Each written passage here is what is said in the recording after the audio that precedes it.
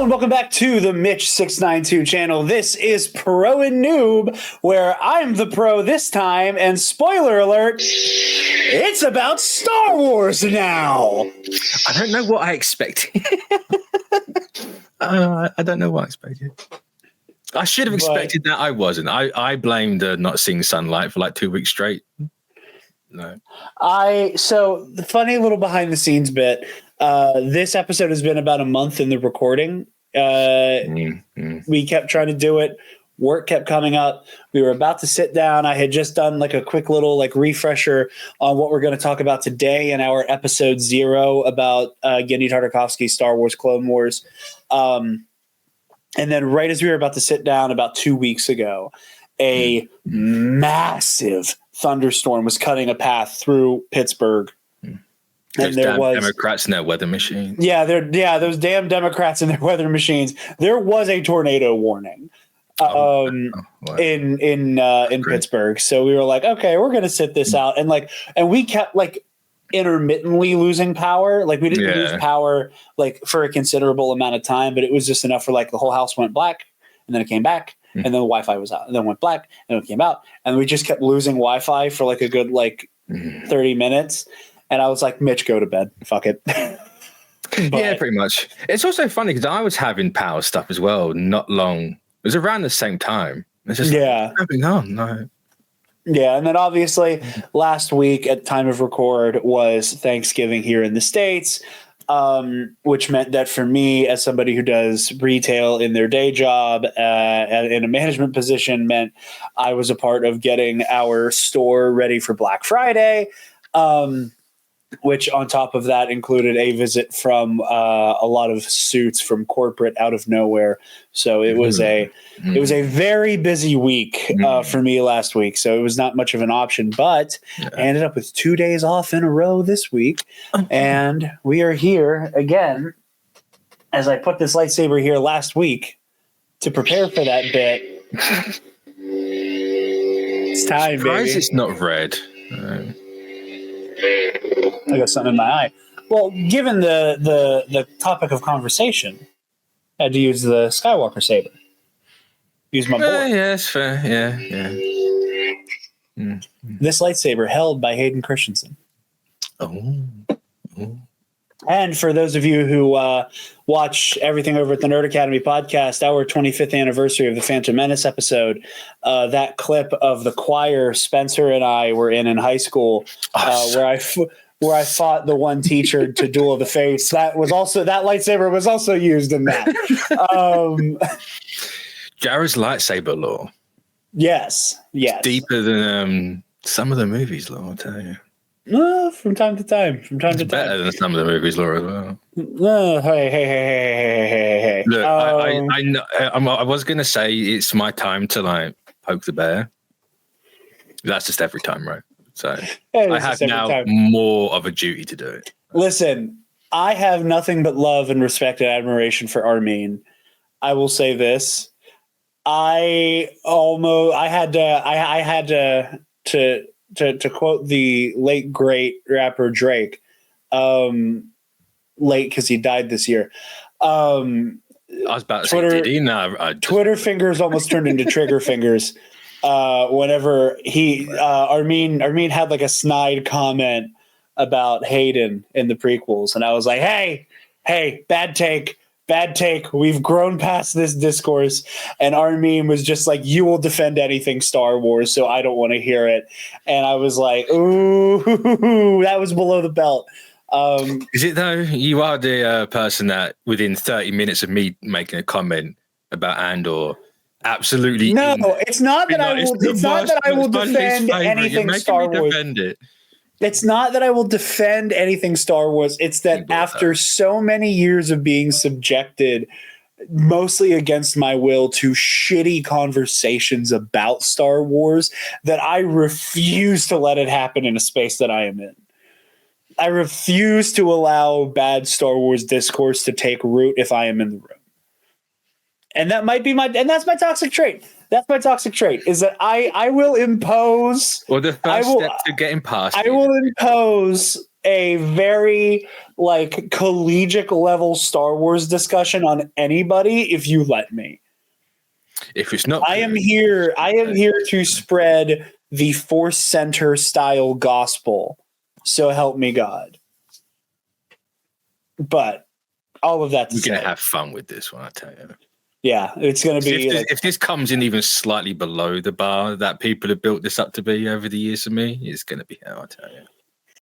Well, I think that's a good place to start because I do want to set a couple like expectations in a healthy. It's place. Star Wars animation. I'll be honest. I have zero expectation. I know it's not Filoni, and Filoni's notorious for taking a lifetime to actually get to the point and do anything. Bit like a Hickman, but I mean, I will take the Jonathan Hickman comparison in stride. I tried to soften the blow of that comment before he said anything with that. Well, here's what I will say. I think the 2008, and again, these are different. Initially, the 2008 Star Wars The Clone Wars 3D animated show was meant to be a continuation of this, and then very early into development that pivoted. Fair enough. There are some design elements that carried over, like Dooku's like Easter Island head. There were certain decisions made that were meant to maintain a similar art style. Like obviously Lucas very much, say what you will about the man, he is fanatically obsessed with pushing technological envelopes. And I think he wanted to go. I said Lucas. Oh, I thought I just heard Luke. No, I said Lucas. I was like, there's no way this man is like that comfortable. No. George. No. Yeah, no. Don't even call him Lucas. It's just Luke. No. But no, because Lucas is so like obsessed with pushing the envelope, I think he very much wanted to pivot to like CGI 3D animation. Yeah. But he maintained a lot of character art that I think does, again, like comes through in things like Count Dooku. It takes root in kind of the way that like Anakin's face is shaped for most of the 2008 Clone Wars. He does not look like Hayden at all because they took the 2D, Gendy Tartakovsky Samurai Jack looking art and tried to make that 3D. One of the other funny ways you can tell is that like Obi-Wan's the lines in Obi-Wan's beard are identical and it looks really weird in 3D animation for the most part.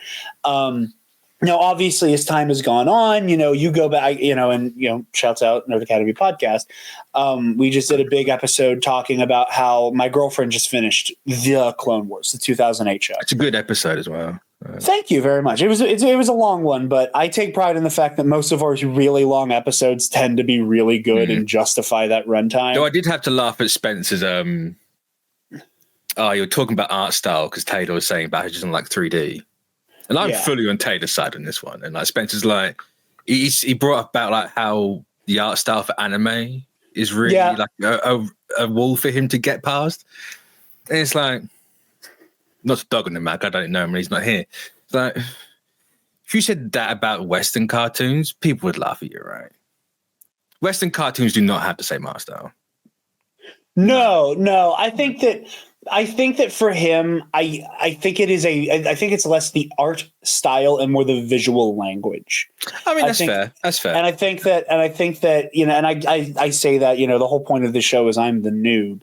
But as someone with a little bit more exposure, especially from people like you and Travis and Levi, who have a much more developed palette when it comes to anime, that's fair. There's a lot of things that I've picked up on through you guys. And I think that a lot of it is the things that I've said I've struggled with the overacting, with the like heightened reality of it all, that it is like, I think Spencer has a hard line of like verisimilitude that he cannot cross until it breaks his brain.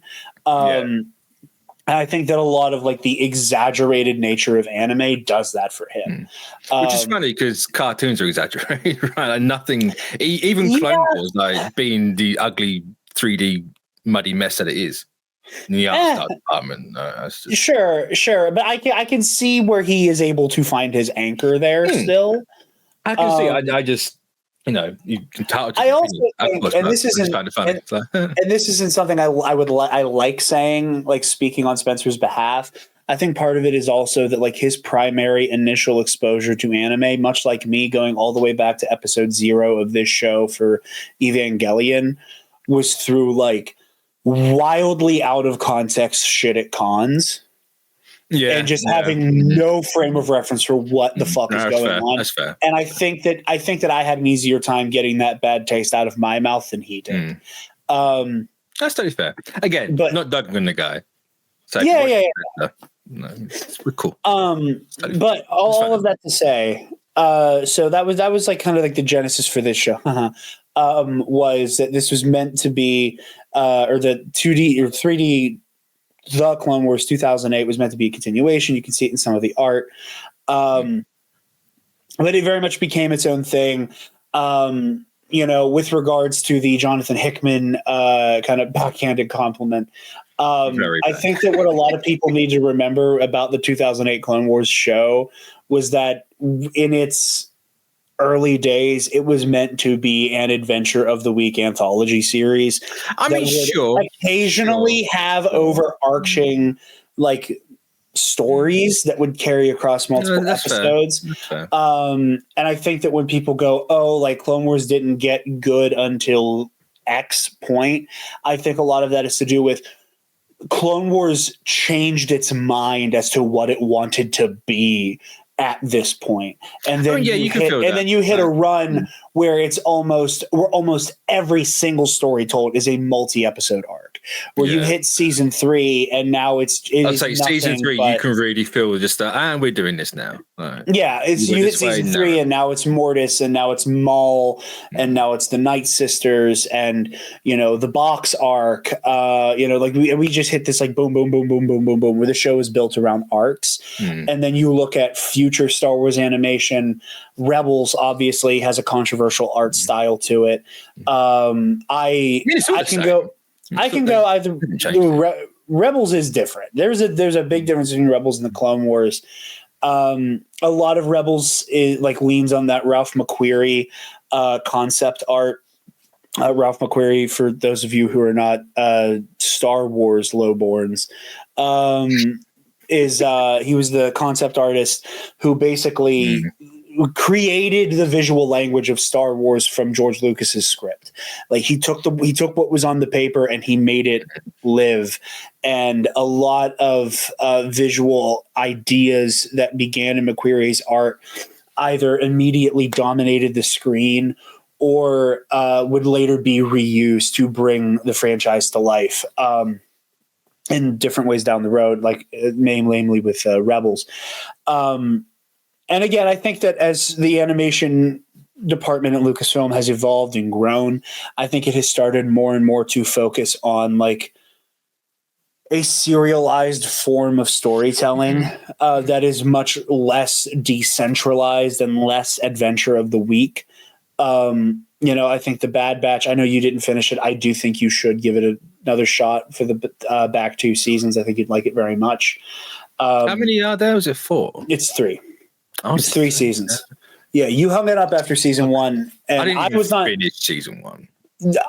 Trust me, season 2 is a fucking game changer. And the Bad Batch kind of became like a sleeper hit. I think the Bad Batch is like where you see them go, oh, like this is not adventure of the week. These are individual adventures that the Bad Batch goes on that are all playing into a final thesis statement at the end of the show that becomes more and more contingent on the last episode as you go. But yeah, that's all the future. Here now, we're back in 2004. Was it really that early? The Clone Wars micro series, Star Wars Clone Wars, was meant to bridge the gap on television. Now, Mitch, I'm going to ask you a question. Shoot. Are you familiar with the Star Wars Clone Wars multimedia project? I might be. I've never heard that name. So the Clone Wars Multimedia Project basically was the massive campaign that Lucasfilm went on in between Attack of the Clones and Revenge of the Sith to flesh out this era of storytelling, so that people could truly experience this war kind of in real time in that 3-year gap between the release of Attack of the Clones and the release of Revenge of the Sith from 2002 to 2005. Countless books and comic books, namely the Star Wars Republic comic series, which maybe might be some of the darkest, most mature Star Wars storytelling we've ever seen. It goes to a very ugly place and a lot of issues. And it's a very different feeling Clone War than as it is depicted in the current canon. It's not to say that the current canon's iteration of the Clone War is not very brutal and full of tragedy and grief. It is just less direct in the way it approaches it. Which is also going to be important table setting for this.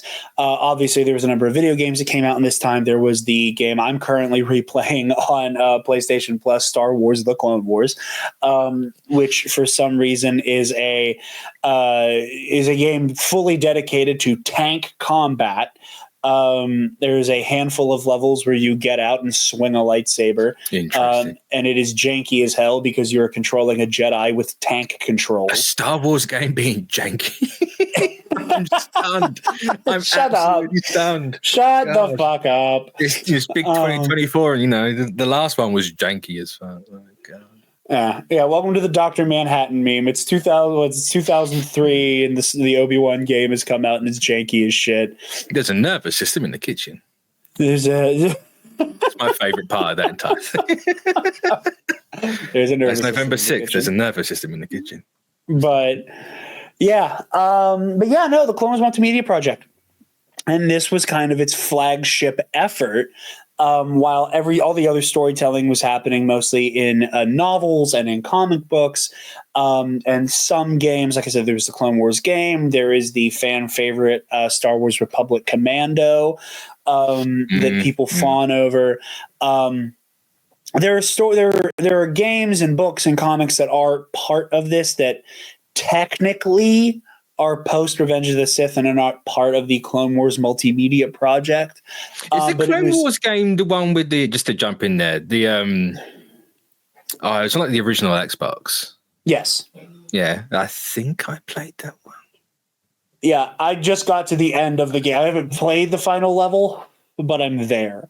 I think I might have that still on GameCube, actually. So here's what's crazy about that game. First of all, most people know it as the 2-pack you would get with an Xbox. It would be Star Wars: The Clone Wars and Tetris. Interesting. And the other thing, taking a little detour here, talking about that game, the plot of that game is batshit insane. Makes sense.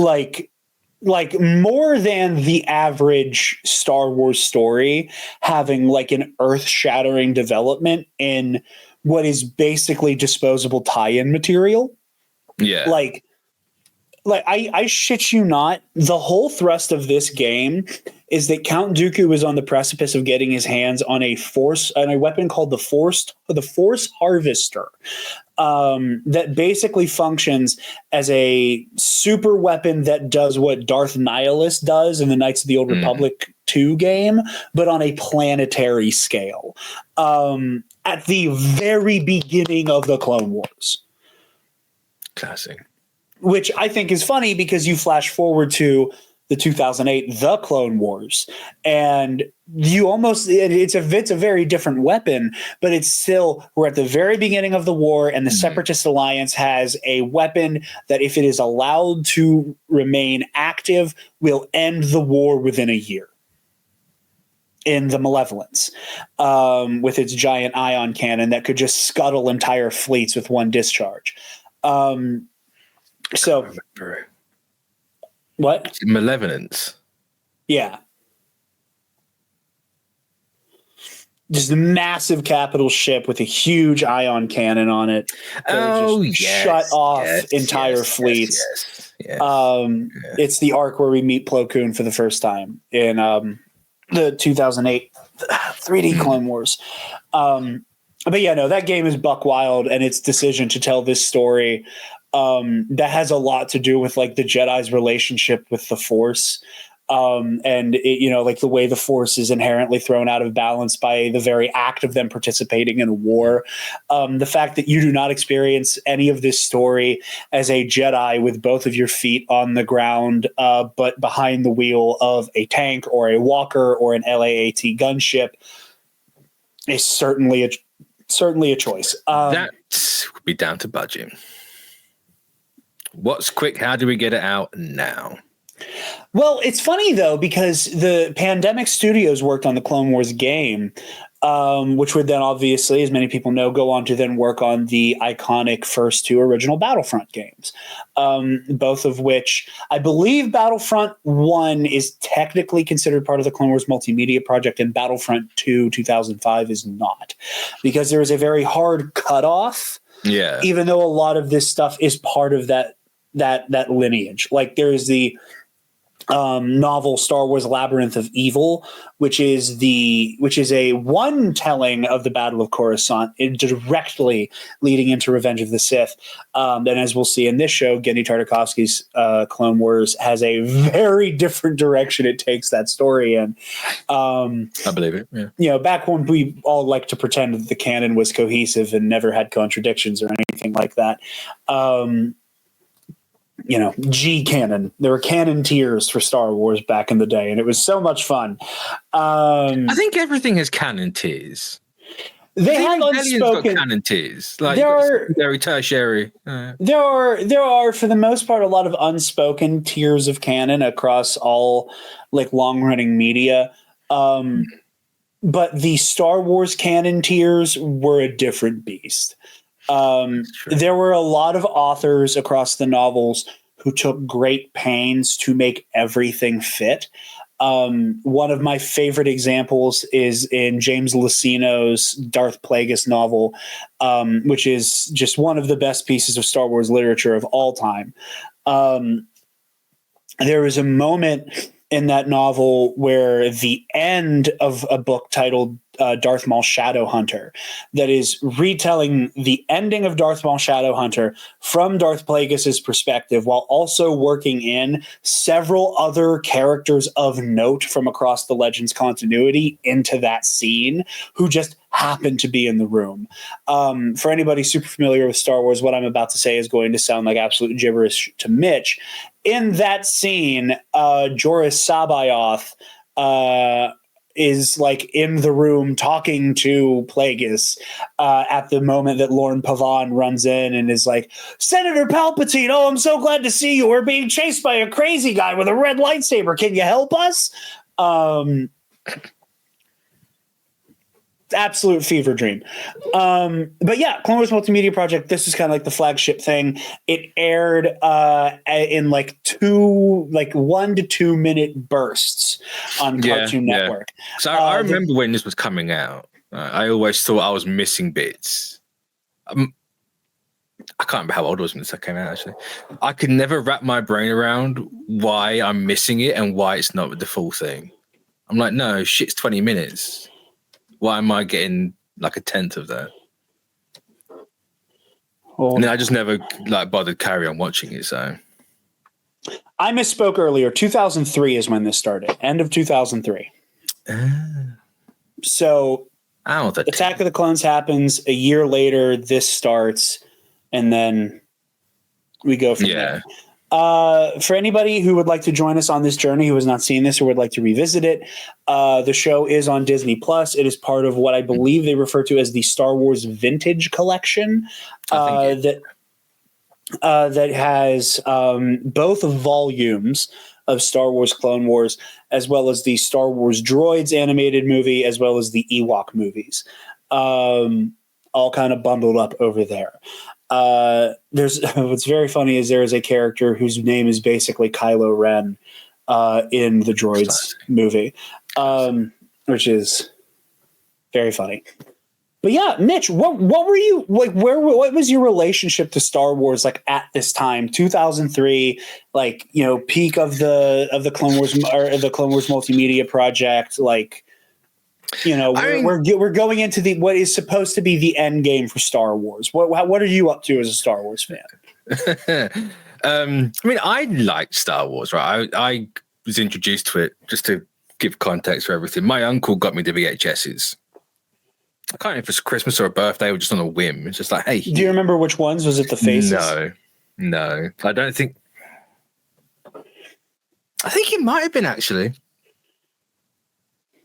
Like the one I have, it's the one that I have the Roosevelt of that I wear all the time, where it's like Yoda, so, yeah. And then Luke and Vader fighting like on Return of the Jedi. Yeah.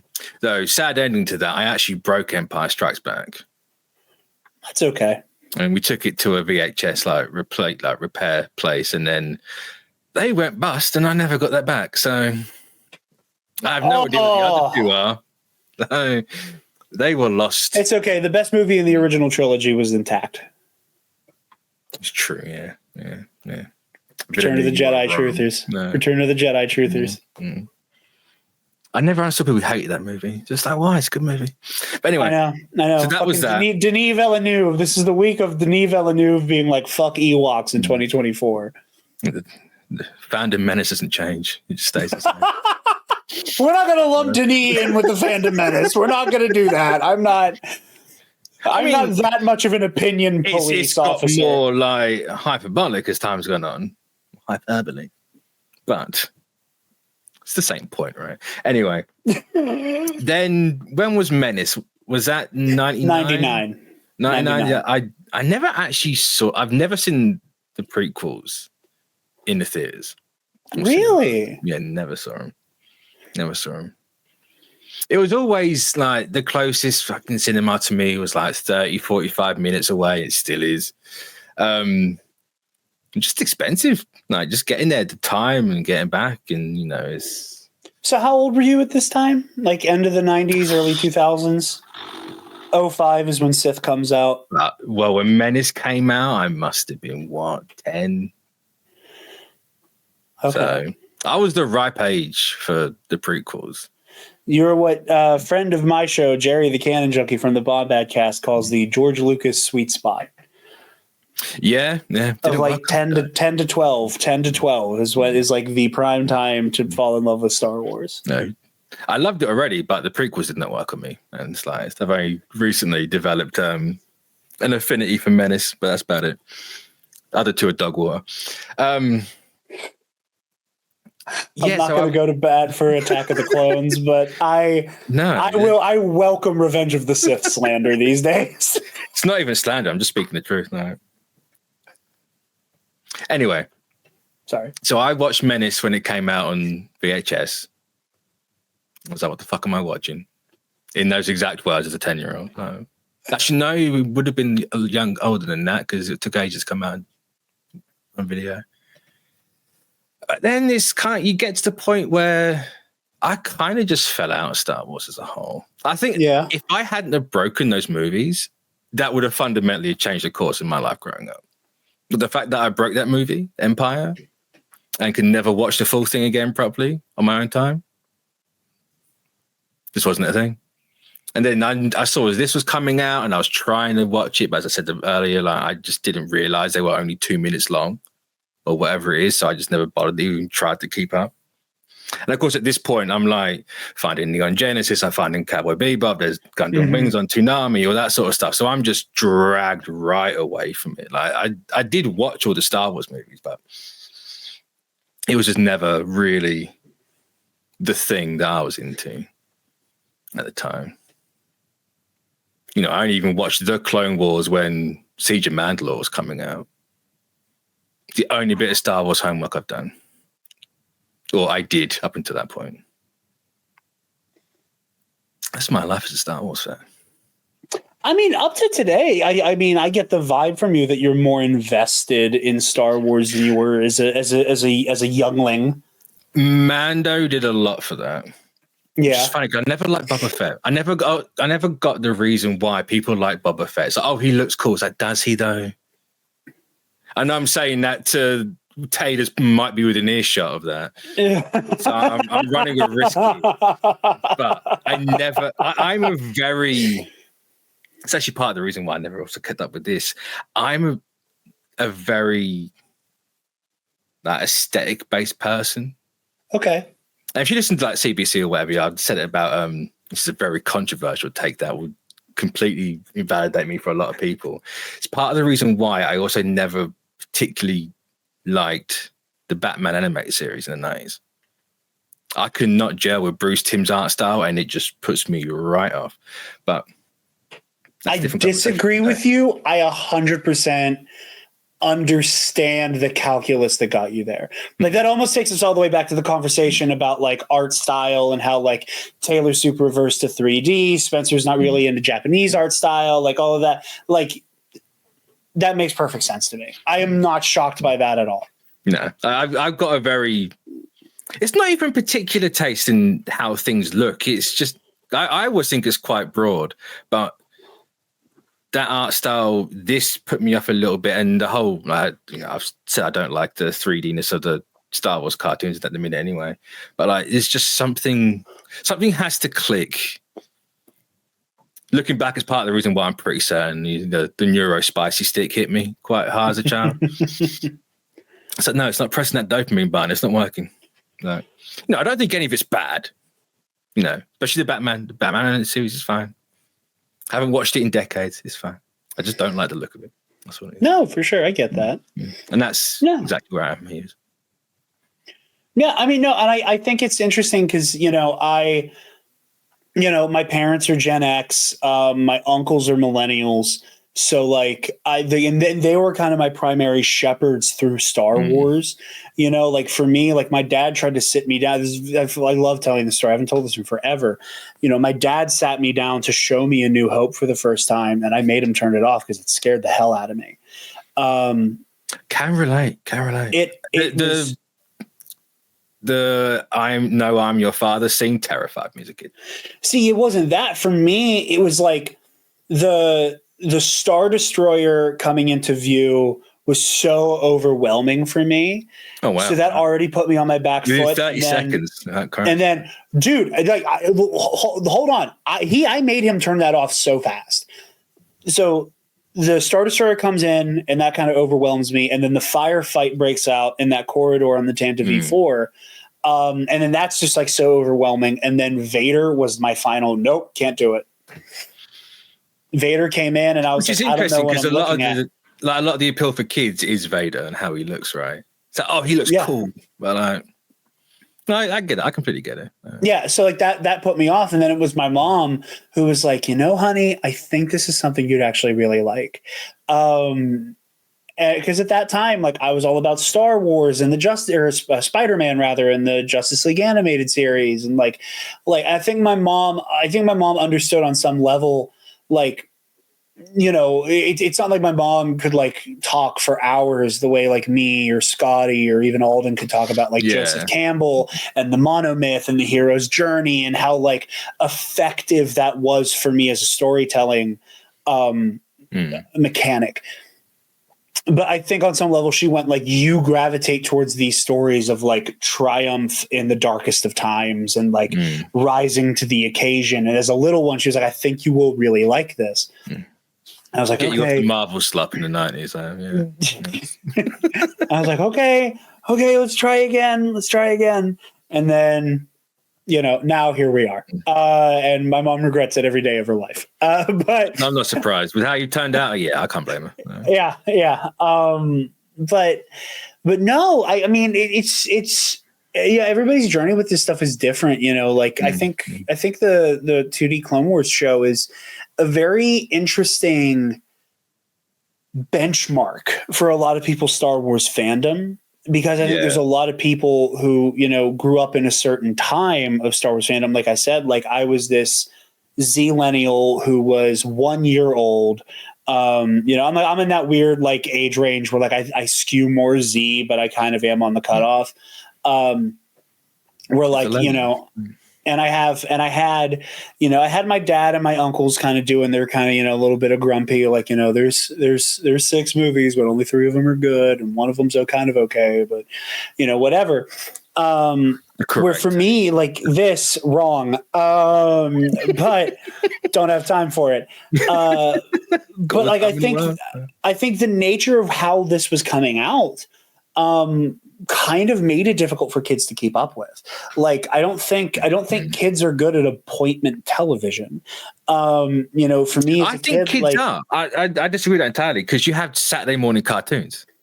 You have your Saturday morning It's absolutely kids of a certain age. No, you're right on that front. You're right on that front. But I mean the prequel aged kids, like people my age who were only like, hell, what, 5, 6 when like this show was coming out, and you had to like tune in basically right before Cartoon Network became Adult Swim, which I was not allowed to watch. I think in the same way, like, if like had you not broken Empire Strikes Back and I was allowed to watch Adult Swim when I was a kid, like I think there's an argument that could be made that we reverse.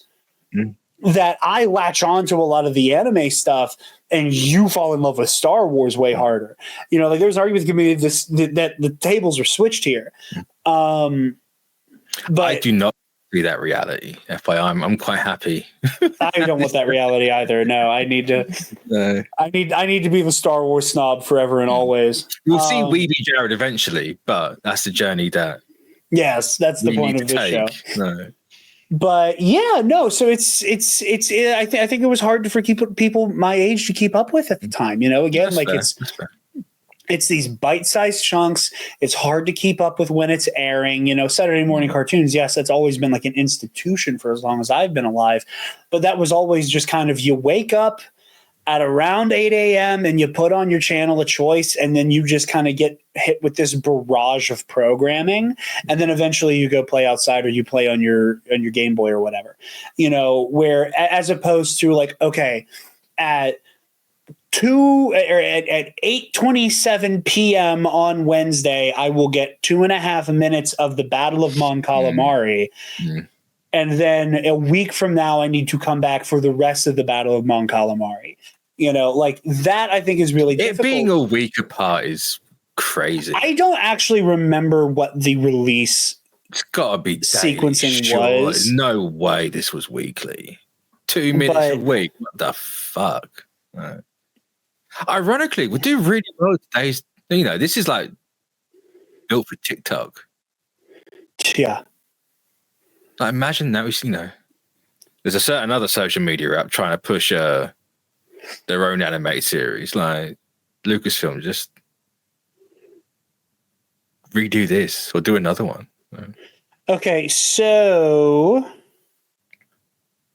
this is another thing, and I say this as somebody who loved this show. It was kind of weirdly sporadic. So doesn't surprise me because people say there are 3 seasons, but it's 2 volumes. And most of my time watching this has always been on the DVD. So how many episodes? I believe in the aggregate, it comes up to 21. But season 1 ran from November 7th to November 20th of 2003. Season 2 ran from March 26th, day after my birthday, in 2004 to April 8th, 2004. And then season 3 ran March 22nd, 2005 to March 26th, 2005. Basically leaving. So it's never really around long enough. No. Now I know that the last 5 episodes were full length. They were like 20-minute episodes ish, maybe 15-minute.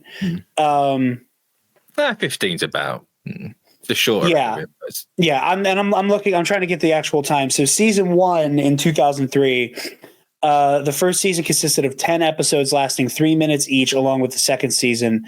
It was released on DVD as Volume 1, and then season 3 is all of that put onto one thing. So yeah, season 1 takes us from like kind of the opening episode that kind of sets the table, the beginning of the Battle of Munilinst, the Battle of Mon Calamari, Dooku recruiting Asajj Ventress, the continuation of the Battle of Munilinst, and yeah, and then okay. So season 1 ends with Anakin leading the battle the space battle during the Battle of Munilens.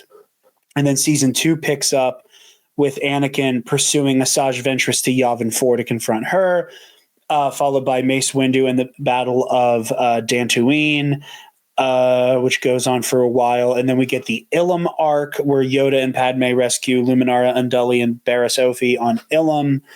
And then we get the continuation of Anakin facing off with Ventress on Yavin 4.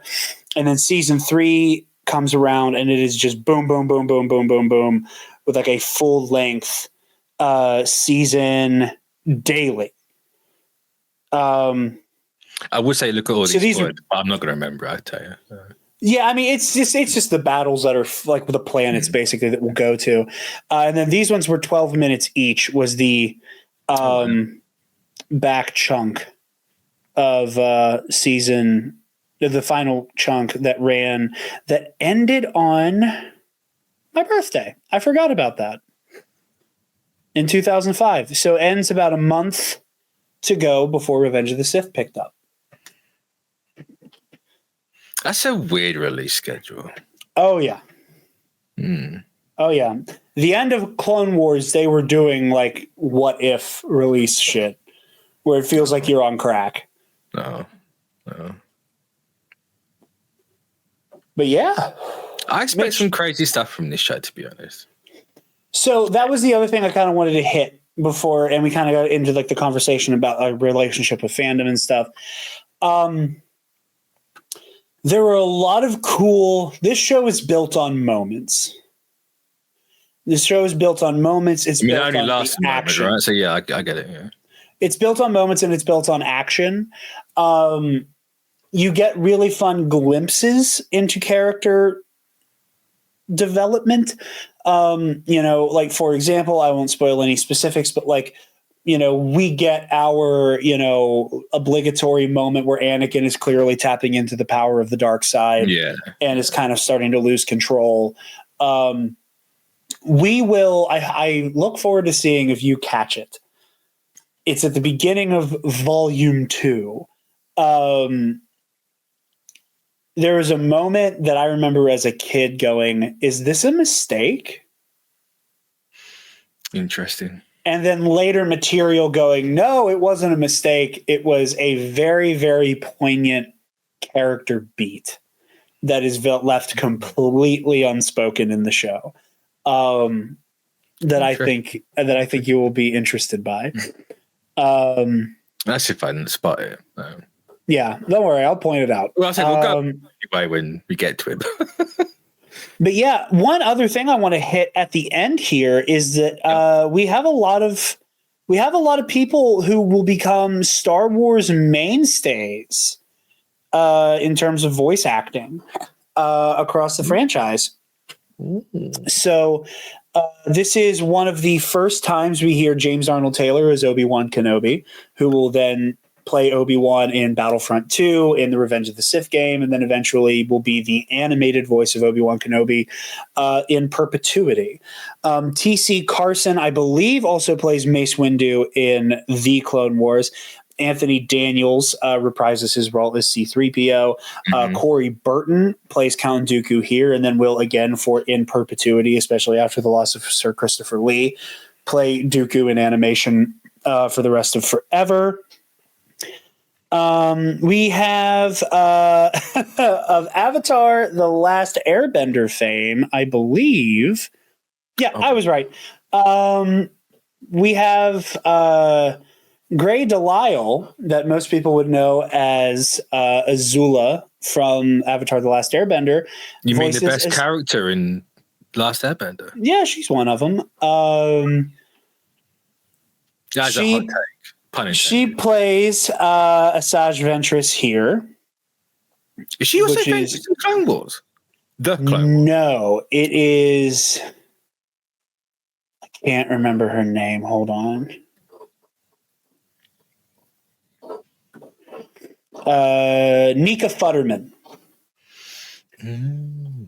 plays her in TCW, but here it is Azula. Both of them bring very similar performances to bear. Again, I think that is another holdover. Yeah. Yeah, is another holdover. Or just, seeing Ventress from the Clone Wars, and then also Azula in Avatar. It's like, yeah, I can kind of see why. Which again is one of many ties between Avatar and Star Wars. Obviously, Dave Filoni cuts his teeth on Avatar and then gets scooped up to help with the Clone Wars. We have 2 voice actors, neither of whom play General Grievous in the future. However, I think it's interesting. The first person to play him is Richard McGonigal. However, for the rest of the show, General Grievous is played by John DiMaggio. Oh, wow. Which is a fun pull. But yeah, like I said, we have a couple people who become mainstays in Star Wars animation show up here for the first time. Matt Lanter does not play Anakin Skywalker here. He's actually ironically played by a gentleman named Matt Lucas. Because of course. Who, no shade to Matt Lanter. I think he turns in a great performance as Anakin across all of his iterations as him in the Clone Wars and Rebels and Tales of the Jedi, whatever. Battlefront. But Matt Lucas is my Anakin Skywalker voice actor. That's fair. He sounds so much more like Hayden and has like an edge to him that I like quite a bit. But yeah, really weird with voice actors. That's a lot of times I never learn the names of who's doing the roles, and I feel like I always really should have. But then the second one changes, it like devastates me to the point where it's like I can't watch. It's not the voice that I know. What's going on? And so I'm getting angry about someone who I didn't even bother to like ever learn the name of. Like, why? That's just how my brain works. I get it. But yeah, Star Wars Clone Wars. I'm excited for this. It's one thing. It's the same with the Clone Wars. Actually, I always wanted to watch it, and it got to the point where it's like, no, didn't the Clone Wars get cancelled twice? Kind of, yeah. It's like Clone Wars. Show that's not ended and like it's cancelled. Clone Wars didn't get canceled twice so much as it had. It's like, okay, are we going to keep going? Are we not? And then the Disney acquisition of Lucasfilm happened, and obviously Clone Wars was airing on a WB network with Cartoon Network. So the plug got pulled there, and then Clone Wars got the Netflix revival treatment for one season with the Lost Missions. And then Clone Wars just kind of languished. There were a lot of stories from the Clone Wars that got adapted into other media. What was the last until a couple years ago Star Wars Dark Horse comic was Darth Maul, Son of Dathomir, which was the story arc that basically bridged the gap to Maul escaping Sidious's captivity to him becoming a crime boss again after they take over Mandalore, and is him basically getting back to Mandalore and being saved by the Mandalorians. The other notable one is Star Wars Dark Disciple, that features the face turn of Asajj Ventress, the heel turn of Quinlan Vos, and then the face turn of Quinlan Vos, and a very complicated, batshit crazy third act in that novel that I cannot imagine happening in the show. But Dark Disciple is a great read. It also is where Asajj Ventress dies, and then she's brought back in the Bad Batch. So, yeah. Star Wars, baby. So how long are each one? About 3 hours, minutes. Isn't it? Volume. The volume? Yeah, it's like just about feature length. I'd say like hour to hour 20. That's cool. That's fine. Yeah, so these are very brisk, fun watches. It better be, for your sake, because I will be insufferable for the end of time. Don't worry. And some of my favorite Jedi get lots of time to shine. Mace Windu has an incredible arc that is so ridiculous and over the top. Ki-Adi-Mundi gets a moment to shine. We get some good shit with Kit Fisto. Saesee Tin has some of the most badass bullshit you've ever seen.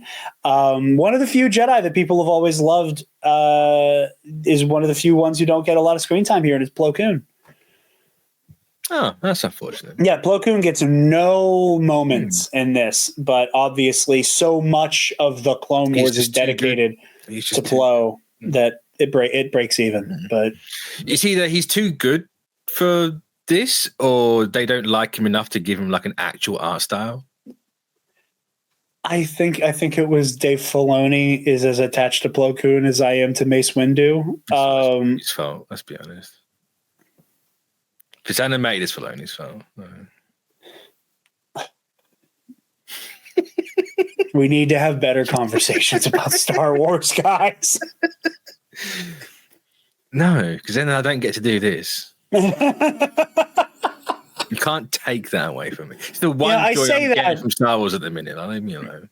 I say that, but was it the Acolyte review I did over at CBC that got the please God stop having Jarod on the show comment? I think it was, yeah. It was either that or the boys. Yeah, it was one of them. It was so funny. I think about that all the time. Probably the Acolyte one, in fairness. I can't actually remember, but the Acolyte rings a bell. It feels right. But yeah, I'm excited. I'm very excited. So am I, yeah. It's a nice little 4-parter. I assume we're going to do the 2 and then talk about the whole thing afterwards. Yeah, we can do that if you want to. I mean, just for even numbers' sake, right? Oh, yeah. Yeah, have everything be, formatted the same way, of course. Evens or multiples of 5. That's just like a volume on a TV. If you give me an odd number, you're dead to me. Yeah. But, yeah, I'm excited. I'm very excited to get into this with you, my friend. So am I. He's forgotten that he's the pro in this one. I mean, tell the lovely people where they can find you. You can. I was trying to think of a way to not dismount this like I'm dismounting Nerd Academy. Is that where the thing is? Am I pointing in the right direction this time, or is it over here? Which one? You need to point towards your right to get me now. No, I mean for the little. Oh, still right, but down. So there. Yeah, it's mostly covering your finger, but yes. Mm-hmm. You can find me there. Find me on Blue Sky, because I am very quickly not using Twitter, quite honestly. Yeah. Because in the last, not even a month, it's gotten way worse. And it's just like, it might be an echo chamber, but I'm happy. I'm not looking at it going like, what the fuck? Ken Knapsack had a really funny episode of The Blathering recently where he was like, is Blue Sky, or maybe it was on Anytime, but he was talking about, is Blue Sky an echo chamber? Maybe it is, but I don't care. And here's what I think about the whole Blue Sky echo chamber thing. We were all swimming in the Twitter pool, right? Yep. And then somebody bought the pool and then took away all the don't piss and shit in the pool signs. Mm. And then eventually the don't piss and shit in the pool signs that were taken down, there was no new sign put up. Everybody just kind of assumed we shouldn't be pissing and shitting in the pool. And then somebody put up a sign that said, if you start pissing and shitting in the pool, you'll get free snacks at the concession stand. Mm. So that everybody piss and shit in the pool. And then everybody went, maybe if pissing and shitting in the pool is being incentivized, we shouldn't swim in this pool anymore. So we all went to a swimming pool where people don't piss and shit in it. And it just so happens to be that all the people who like to piss and shit in the pool are still pissing and shitting in the pool, while the people who don't do that are swimming in a clean pool. Mm. So I don't know. Maybe the rhetoric got so insane on Twitter, on X, the everything app. Never call it X. No, I will only ever say X in the context of saying X, the everything app, because it's stupid. That's fair. But yeah, no, I don't think Blue Sky's an echo chamber. I think it's just. Do you want to look like a troglodyte? There you go. Buy my hat. Yeah. Anyway, I'm on Blue Sky. Linktree. I believe it's on my Linktree. I'm going to double check. It should be. By the time people are hearing this, it will be. Yeah, you'll have all the time in the world to fix that. Yeah. Obviously, you can find me here. My channel. Our podcast. My channel. Hell yeah. You called it a podcast this time. I've actually, I gave in. I made the Pro and Noob playlist on YouTube, a podcast playlist. So they're all just going to go there now. Right. Makes sense. It's not going to be one long one. It's going to be still individuals. Yeah, the Evangelion playlist, and it'll be the 2D Clone Wars playlist. Yeah. So that's how that's going to work now. So. Oh, yeah. Well, you guys can find me on Twitter, Instagram, and Blue Sky. I'm still swimming in the pool part-time at Dark Jedi 2552. You can find the Nerd Academy podcast on YouTube and wherever you get podcasts, as well as all those other social media places. And yeah, we have some fun stuff coming down the pipeline. We're going to be covering Skeleton Crew, obviously week to week as best that we can. Like I said earlier, we just put out our new I showed my girlfriend the Clone Wars episode, which was, again, it's a long one, but it was a lot of fun. It was funny. I found it funny. It was very funny. It was very funny. Watching Spencer try to keep up with Taylor's more and more unhinged hear me outs was a lot. No, it was crazy how you having your mic unmuted made it echo. What do you mean? Well, the audio. Like, you wouldn't get the echo. Like, your audio wasn't echoing. But Taylor's was. But if you muted your mic, because you said about it, she got the echo. It's just like, well, how does that work? I don't get.